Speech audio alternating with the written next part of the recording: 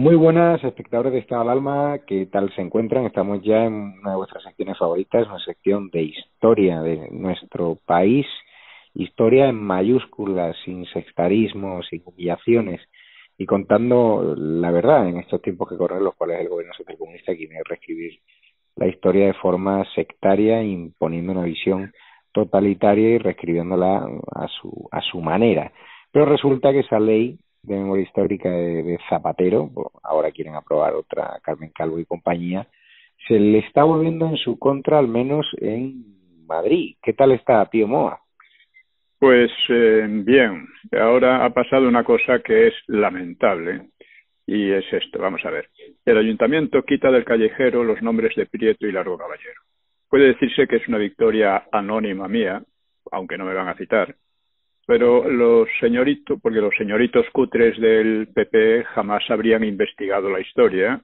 En realidad la historia y la cultura en general les sobran, como han vuelto a demostrar con el caso de Cayetana, ¿no? Ni se habrían atrevido a tanto, es decir, a tan poco como quitar dos nombres de calles, si no fuera por mis libros. Sin embargo, y aquí está lo grave del caso, lo hacen sirviendo la ley soviética de memoria histórica. Están aceptando la ley de memoria histórica.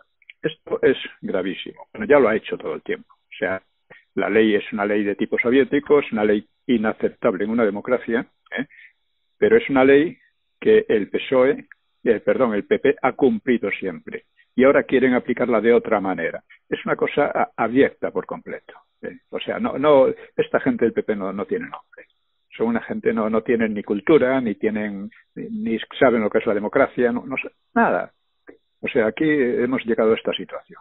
Bien. Ahora, yo en el blog he tratado un poco este tema y también he puesto algo sobre el Valle de los Caídos, ya que hablamos de historia. El Valle de los Caídos, sí. Sí.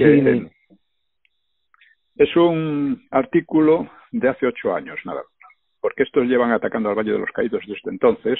Yo he hecho declaraciones, he hecho algún manifiesto, firmado por bastante gente, pero es inútil cuando no hay una fuerza política que recoja esto, ¿no? Y por supuesto el PP se ha desentendido y ha colaborado, ¿no? Esto es un aspecto más de la memoria histórica. Bueno, pues esta denuncia la publiqué en mi blog el 24 de mayo de 2012, hace ya 8 años. Y es increíble que la exposición de la verdad no haya servido de nada en un país dominado por el embuste profesionalizado, como decía Julián Marías, o por un Himalaya de falsedades, como decía Besteiro, en el que casi todo el mundo, empezando por el PP, rinde pleitesía a lo más nauseabundo de la política. El primer gran asalto al Valle de los Caídos fue la profanación de la tumba del mayor estadista español en siglos, con el apoyo del PP, de una justicia corrupta, de una iglesia farisaica y de la propia monarquía. Estas abyecciones morales e intelectuales de los dirigentes termina pagando las caras el pueblo, ¿no? Bueno, entonces paso a leer lo escrito hace 8 años nada menos.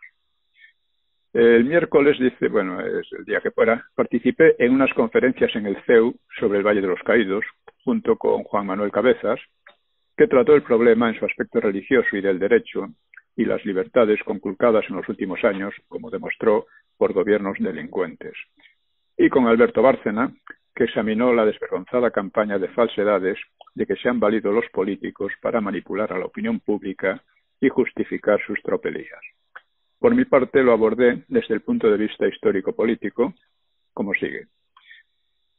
El Valle de los Caídos fue, en primer lugar, un monumento a la victoria de los nacionales. Una victoria sobre la revolución y el totalitarismo de quienes pretendían acabar con la base cultural cristiana y disgregar la propia nación española. Franco entendió esa victoria como un hecho de proyección nacional e internacional, pues fue un gran triunfo en el campo de batalla sobre el estalinismo. El resultado fue probablemente el monumento más grandioso, más armónico y más inspirado del siglo XX en su género en cualquier país. Aunque no hubiera sido más que un símbolo de la victoria sobre fuerzas oscuras, solo a unos locos de estilo talibán se les habría ocurrido demolerlo, aunque no debemos olvidar que durante la guerra esa misma gente hizo un enorme destrozo del patrimonio artístico e histórico español. El valle simboliza un hecho histórico real crucial, guste o no, y es una obra lograda de enorme valor artístico. Solo por eso merece el respeto de todas las personas civilizadas. Pero además, el valle es un monumento a la paz. Ningún necio hizo la frasecilla idiota muy repetida de que al terminar la guerra no llegó la paz, sino la victoria. Llegó la victoria y, como consecuencia de ella, la paz. Una paz que todavía dura, la más larga que haya vivido España en 2 siglos y de la que se ha beneficiado la inmensa mayoría de los españoles, incluyendo, por supuesto, aquel necio que hizo la frasecilla, la paz y la victoria, y que, por cierto, realizó una espléndida carrera artística bajo aquella paz victoriosa. Este fue Fernando Fernán Gómez. Y precisamente es la paz más fructífera que haya conocido España en estos siglos, pues le permitió rehacerse de los muchos desastres y atrasos anteriores y pasar de una pronunciada y convulsa decadencia a una situación próspera y progresiva. Y reconciliada, por cierto.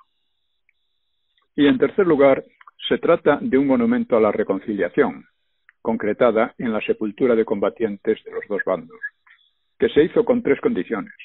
El muerto debía ser español, bautizado, lo eran prácticamente todos, en el Frente Popular y en los otros, claro, y contra una venenosa falsedad muy divulgada, con autorización de los familiares si el cuerpo estaba identificado. Con perfecta mendacidad se ha afirmado que la reconciliación fue obra de la transición, cuando ocurrió exactamente al revés. La transición fue posible gracias a la reconciliación habida en los años anteriores. Quienes se reconciliaron entonces, muchos de ellos con gran falsedad, fueron los políticos y partidos, pues el pueblo ya lo estaba. Esto es lo que permitió la transición. ¿Y cuándo se produjo la reconciliación? Creo haber demostrado que fue ya en los duros años 40. Quienes maldicen aquella época fingen ignorar que las gentes que habían simpatizado o combatido en las filas del Frente Popular habían experimentado en sus carnes la revolución, que consistió en la práctica en miseria, el hambre mayor del siglo XX, la arbitrariedad y el despotismo, amén del Himalaya de mentiras mencionado por Stein. Creo que nadie lo ha descrito mejor que el padre espiritual de la República, Gregorio Marañón. Y habían vivido las peleas, persecuciones y asesinatos entre las propias izquierdas, derrotadas finalmente en medio de una guerra civil entre ellas mismas, hecho por demás significativo. Y habían sido testigos, los españoles de entonces, de cómo los jefes del Frente Popular escapaban llevándose tesoros saqueados a todo el mundo, mientras dejaban atrás sin la menor preocupación a miles de seguidores suyos, sicarios complicados en las checas y en todo tipo de asesinatos y robos, y a quienes los vencedores ajustarían cuentas, lógicamente. La masa de los simpatizantes del Frente Popular quizá no sentía simpatía por los nacionales, pero desde luego estaba muy escarmentada de las izquierdas y separatistas y no quería ninguna nueva dosis de lo mismo.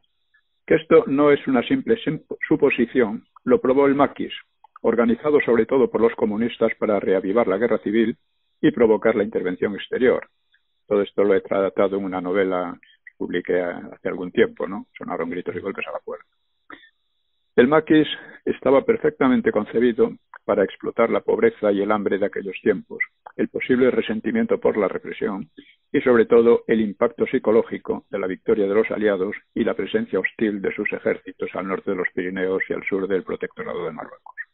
Pues bien, aun con todas esas ventajas a su favor, el maquis fracasó ante todo porque nunca consiguió convencer y arrastrar a una población que tenía otros deseos y otras esperanzas.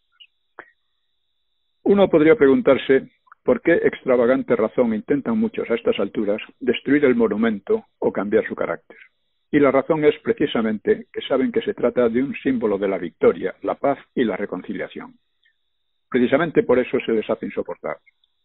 Hay en todo ello algo de delirio y algo de la misma farsa del necio de la victoria y la paz. Todos ellos presumen de antifranquistas y quienes luchamos contra el franquismo fuimos muy pocos. Ha sido cuando este régimen dejó de existir, cuando han salido a flote tales antifranquistas de pega, más intransigentes que nadie, a pesar de que en su inmensa mayoría hicieron muy buenas carreras en el franquismo, incluso en el propio aparato del Estado. Pienso en personajes como Juan Luis Cebrián o Ángel Viñas, directores de la orquesta como entre tantísimos otros.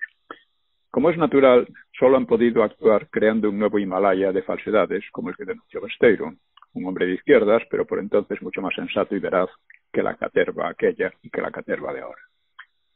Expondré dos simples y definitivas mentiras al respecto. Según ellos, la victoria de Franco fue la derrota de la democracia. ¿Y quiénes serían los demócratas? El Frente Popular se compuso de hecho o de derecho de estalinistas, marxistas del PSOE aún más radicales que aquellos, anarquistas, separatistas de la Esquerra, ultrarracistas del PNV y golpistas como Azaña. Todos ellos juntos, no en amor, pero en sí en compañía y bajo la tutela del gran demócrata Stalin. ¿Cómo se puede intentar hacer tragar un embuste de este tamaño? Se puede hacer tragar gracias a que el PP ha colaborado, claro. Cierto que Franco no fue un demócrata, pues creía, después de la desastrosa experiencia republicana, que la democracia no podía funcionar en España y que ésta necesitaba un largo periodo de autoridad para rehacerse de las locuras pasadas. Y su régimen no tuvo nada que ver con los totalitarios de izquierdas ni de derechas, ni al nazismo, si es que al nazismo se puede considerar de derechas, ¿no? Fue simplemente un régimen autoritario que, repito, permitió la más larga paz hasta ahora mismo y el mayor progreso que haya vivido el país desde tiempo inmemorial. Con ello, precisamente, ha sido posible un paso tranquilo a una democracia, aún sí defectuosa, y que actualmente, esto está hace 8 años, actualmente ya es muy distinto, ¿no? Que pone en peligro precisamente los antifranquistas con sus talibanadas.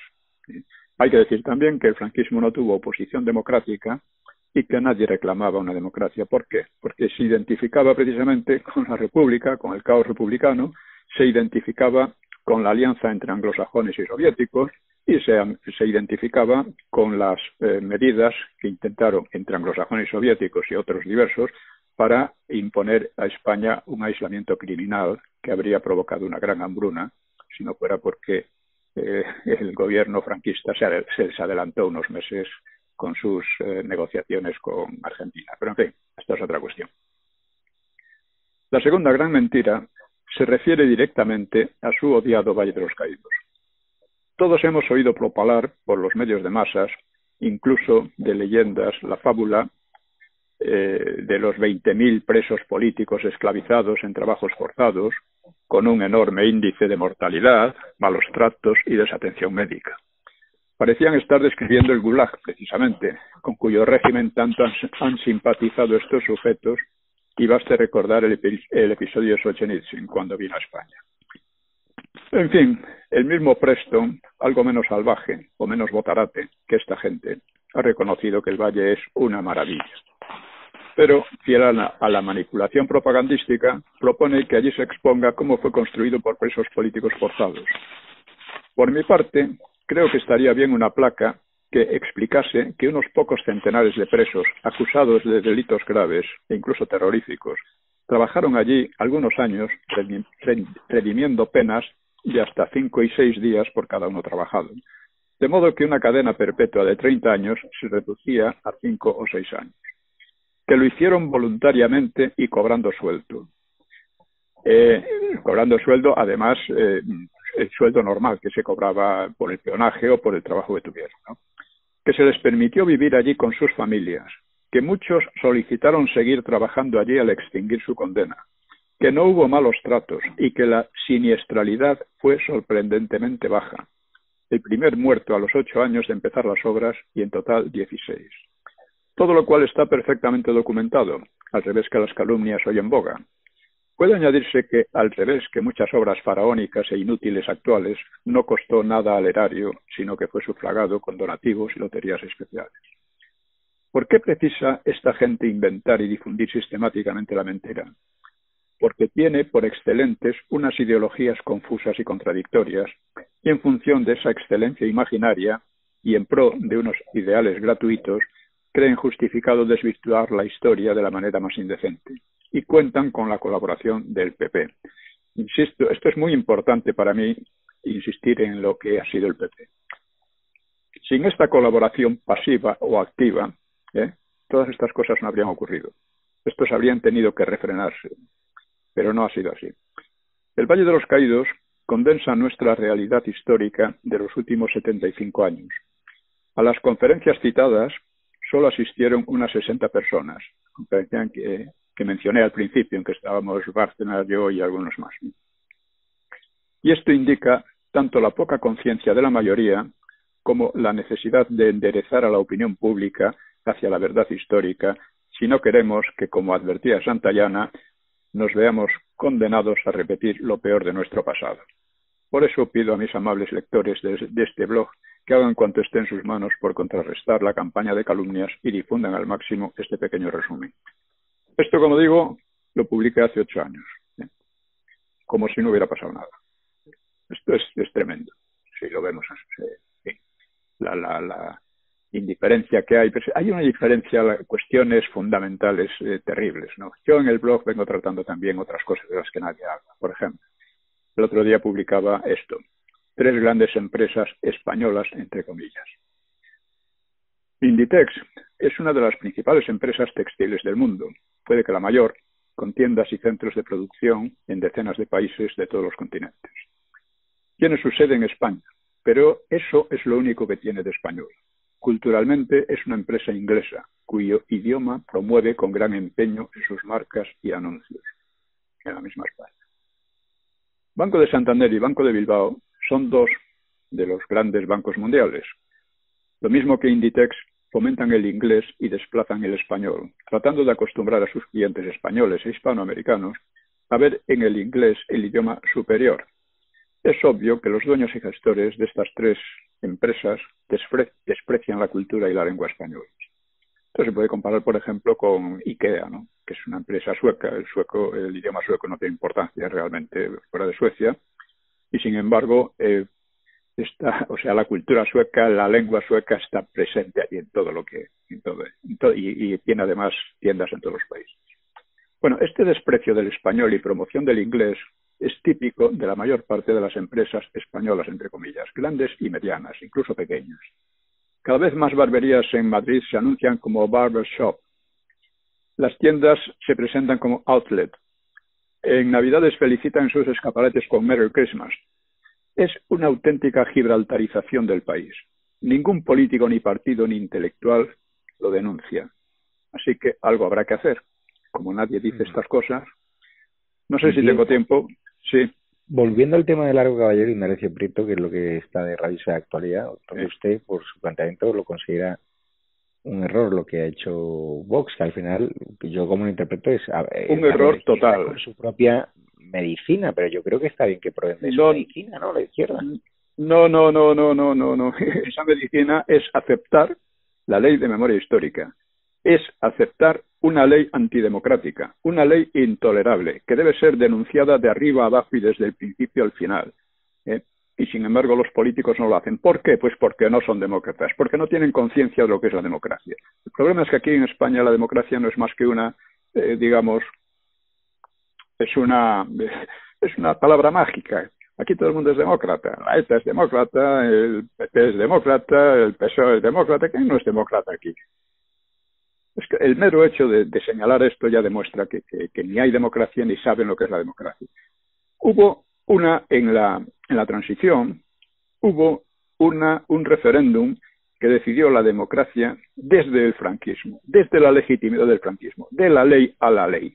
Todo esto ha sido sistemáticamente socavado, poco a poco, hasta llegar a esta situación, con leyes como la de memoria histórica, leyes de género, rescate de la ETA después de que fuera, bueno, Aznar hizo una gran labor ahí, etcétera, etcétera.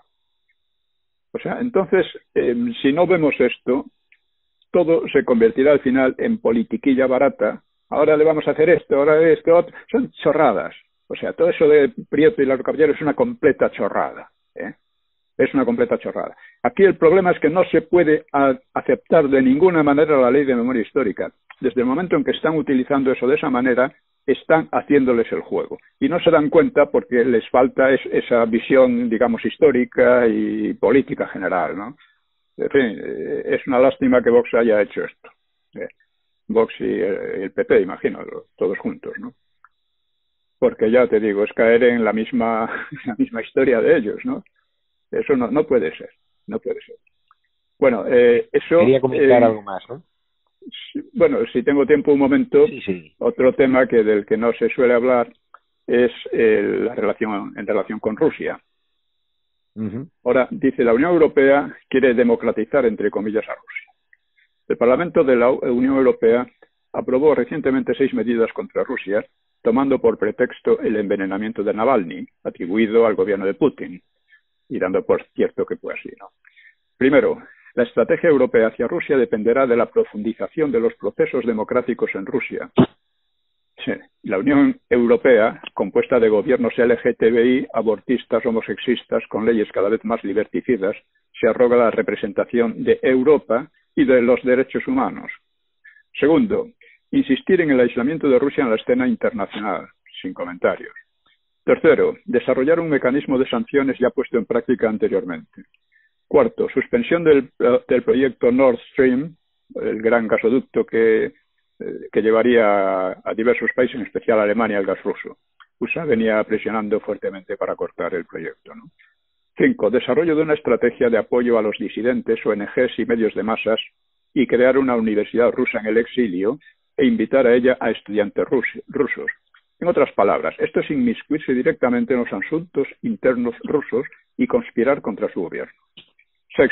Los diputados europeos, quiere decir de la Unión Europea, Europa es más que la Unión Europea, deben preparar una estrategia con vistas a unas futuras relaciones de la Unión Europea con una Rusia democrática. Esto es prácticamente una declaración de guerra fría, ¿no? Se trata de provocar desde el exterior la subversión interna en Rusia. Desde luego, casos como el de Navalny y otros revelan que la democracia en Rusia es, digamos, muy relativa. Pero el problema es que la UE avanza hacia el totalitarismo y la OTAN se ha dedicado a democratizar, entre comillas, ya unos cuantos países como Afganistán, Irak, Libia o Siria, e indefectiblemente ha creado en ellos el caos, la guerra civil, asesinatos, cientos de miles de muertos y refugiados, de los cuales nadie se ha hecho responsable. Y por lo que se refiere a España, una democracia, entre comillas, con leyes totalitarias, sus gobernantes han reducido a un estado títere al país, con un ejército dedicado a operaciones de interés ajeno, bajo mando ajeno y en idioma ajeno. Así está hostigando y provocando a Rusia en el Báltico por cuenta, entre otros, del país que invade nuestro territorio por Gibraltar y al que unos gobiernos abyectos definen como potencia aliada y amiga. Nosotros no tenemos conflictos con Rusia, no somos ni amigos ni enemigos de Rusia. No tenemos por qué meternos en los conflictos que a otros les interesan, máxime cuando estos otros están invadiendo nuestro territorio por Gibraltar. Esto es el colmo de la miseria política en que estamos, ¿no? Estamos en un país desde hace años en que decir la verdad es un peligro y que la mentira y la farsa pues campan por sus respetos, ¿no? Hay que denunciarlo. Pues muchísimas gracias, don Pío Moa. Vamos hablando y nos vemos la semana que viene. Síganle en su blog, compren sus libros, porque la verdad hace falta ahora leer buena historia a cargo de Pío Moa para darnos cuenta de lo que quiere hacer este nuevo Frente Popular que está cargado de odio y de revanchismo. Sí, sobre la mentira no se puede construir nada. Y aquí se está todo embrollando en historietas de nada y olvidando lo principal. Y la sociedad dormida, que es lo peor. Sí, pues gracias al PP, insisto, gracias al PP, que tenía la obligación de oponerse a todo eso y ha escupido sobre las tumbas de sus padres y abuelos. Muchísimas gracias, Pío Moa, y gracias a los detectores de estado de alarma. Les deseamos felices noches. Mañana más. Un abrazo. Muchas gracias a ustedes. Un abrazo.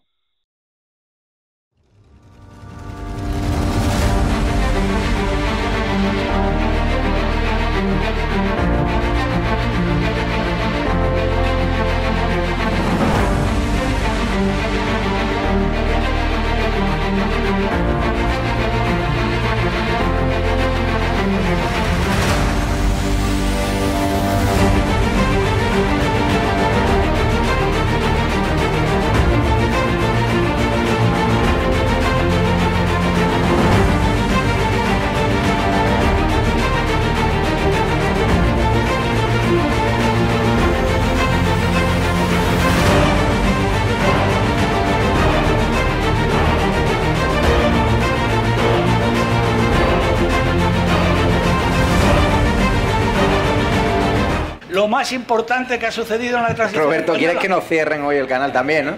Por lo que veo. Porque... Madre mía.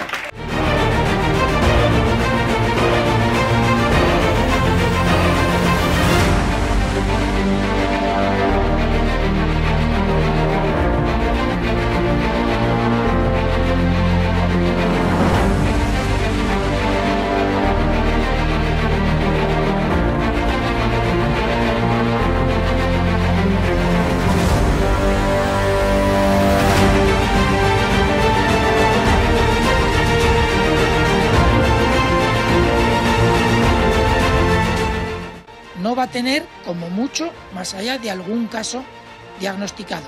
Se tratan de test fiables, homologados, y esto es muy importante. Los test no son baratos. Hemos derrotado al virus y controlado la pandemia y doblegado la curva. Con Bildu no vamos a pactar. Con Bildu, se lo repito, no vamos a pactar. ¿Qué le va la vida? ¿Qué le va su vida? Las recomendaciones de los expertos, también de los científicos que asesoran al gobierno de España,